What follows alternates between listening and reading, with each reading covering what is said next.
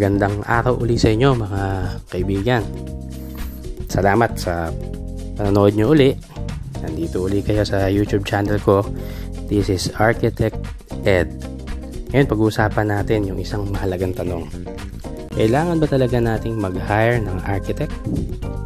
So ang decision na papaharap sa atin, to hire or not to hire an architect.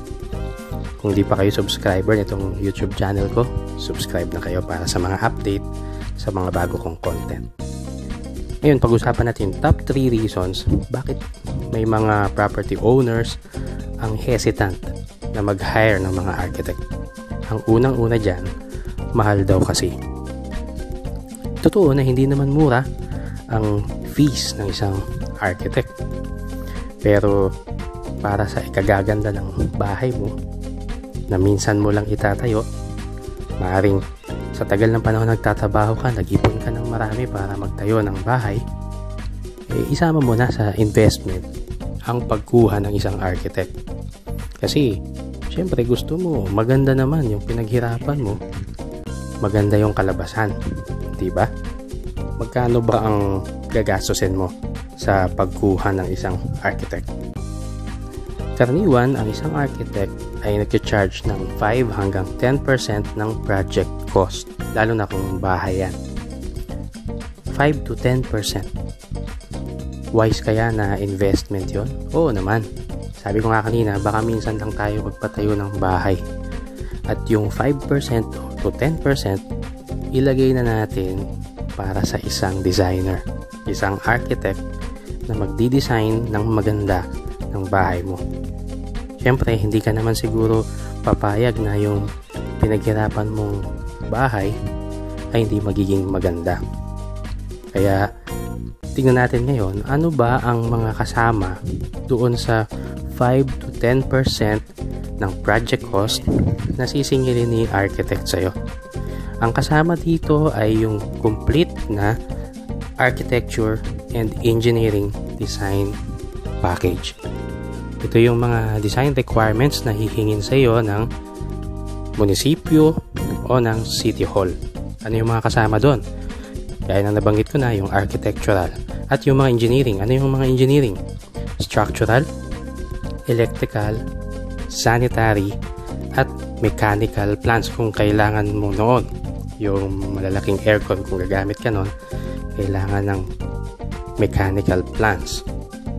At itong mga engineers na ito at si architect, isi-certify niya yung mga plans at yung mga documents na kailangan sa building permit. Pangalawa, na dahilan kung bakit nag-hesitate yung mga tao na kumuha ng architect ay hindi naman daw sila kukuha ng building permit. Okay, hindi namin kayo pipigilan kung yan ang gusto nyong gawin. Pero hindi namin yan i-rekomenda. Bakit? See? Illegal yun. Ulitin ko, illegal po yun. Hindi tayo pwedeng mag-construct, mag-renovate, at mag-extend ng bahay natin na wala tayong building permit. At syempre, kung illegal yan, meron tayong karampatang parusa na bibigay sa atin yung mga otoridad. Sa munisipyo man kayo or sa city hall.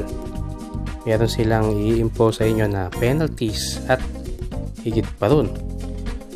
Kaya sa isip natin palagi yun, no? Ang construction na pinerform without permit is illegal and can expose you to additional liability and costs. Madadagdagan lang po yung gagastusin nyo. Kasi ganun din, pag sinitan nila kayo, wala kayong building permit, papakuhanin kayo ng building permit. Ano bang requirement sa building permit? Hahanap kayo ng architect. Pero kung ilalaban nyo yan, ito yung mga parusa. Criminal liability na meron kayong 20,000 pesos na fine or 2 years imprisonment. O kaya naman, pareho. Hindi ka makakapili. Sila ang mag-i-impose ng penalties na yan. So, kung ayaw nyong mag-suffer sa ganitong mga consequences ng pagpapatayo ng walang building permit, doon na tayo sa legal na paraan. Anong legal na paraan? Kumuha ng building permit. At ano requirement sa building permit? Plano na galing kay architect at sa mga engineers. So I recommend na makipag-usap na kayo, na humanap kayo ng architect na licensed para asikasuhin yung mga requirements na ito. So huwag niyong iisipin na okay lang magpatayo ng walang building permit. Again, ulitin ko, illegal ito at mananagot tayo sa batas. Ngayon, kung mayroong magsasabi sa inyo, okay na yan. Kami nga, nagpatayo kami dati ng bahay. Wala naman kaming building permit. O kaya, may nag-recommend sa'yo na kapag hinanapan ka na lang, saka ka na lang mag-apply ng building permit. Huwag kayong makikinig sa mga ganon, no? Mga kaibigan. Malamang yung nagsasabi nun sa inyo, hindi sila informed dito sa penalties na ito. Sigurado, hindi pa sila nakipag-usap kahit kailan sa isang professional or sa isang architect. Kaya nagbibigay sila ng mga advice na illegal. So, kung may magsabi sa inyo ng ganon, huwag tayong makinig. Punta tayo dito sa legal na paraan para sa protection din natin yon. Number 3 na dahilan kung bakit maraming nag-hesitate kumuha ng architect. Kasi daw, kukopya na lang sila ng design sa internet at ipapagaya nila sa foreman. Maraming ganyang pangatwiran sa dami ng mga information nyo na makuha sa internet. Pati mga design ng mga bahay ay makukuha mo na rin dyan, mada-download mo. At maraming mga magagandang designs ng bahay makita mo sa Pinterest o kaya manonood ka sa YouTube, titignan ng mga bahay ng mga celebrities, papagaya na lang nila. Pero anong resulta nun? Dahil walang detalyadong plano, walang katapusang trial and error. At dahil trial nga and error, more gastos. Masasayang yung materyales na naitayo mo na, nagamit mo na, dahil na-discover mo along the way na yung palang ginawa ni foreman na dinesign mo galing sa internet ay hindi pala magwo-work. Halimbawa, yung lote mo ay hindi kagaya ng lote na nandoon sa design na nakita mo sa internet. Tapos nung tinatayo na yung bahay, nakikita mo na yung mga walls, makikita mo maliit pala, hindi pala siya kasukat nung naiisip mo. Anong tendency? Gigibain mo yon. Kung ano yung materyales na nagamit mo na doon, masasayang. Bibili ka uli ng bagong set ng materyales, magbabayad ka uli ng laborer, gagawa nun, sayang. Sayang yung panahon, sayang yung pera, sayang yung sama ng loob mo rin dahil nakita mo na hindi pala nag-work yung design na nakita mo sa internet.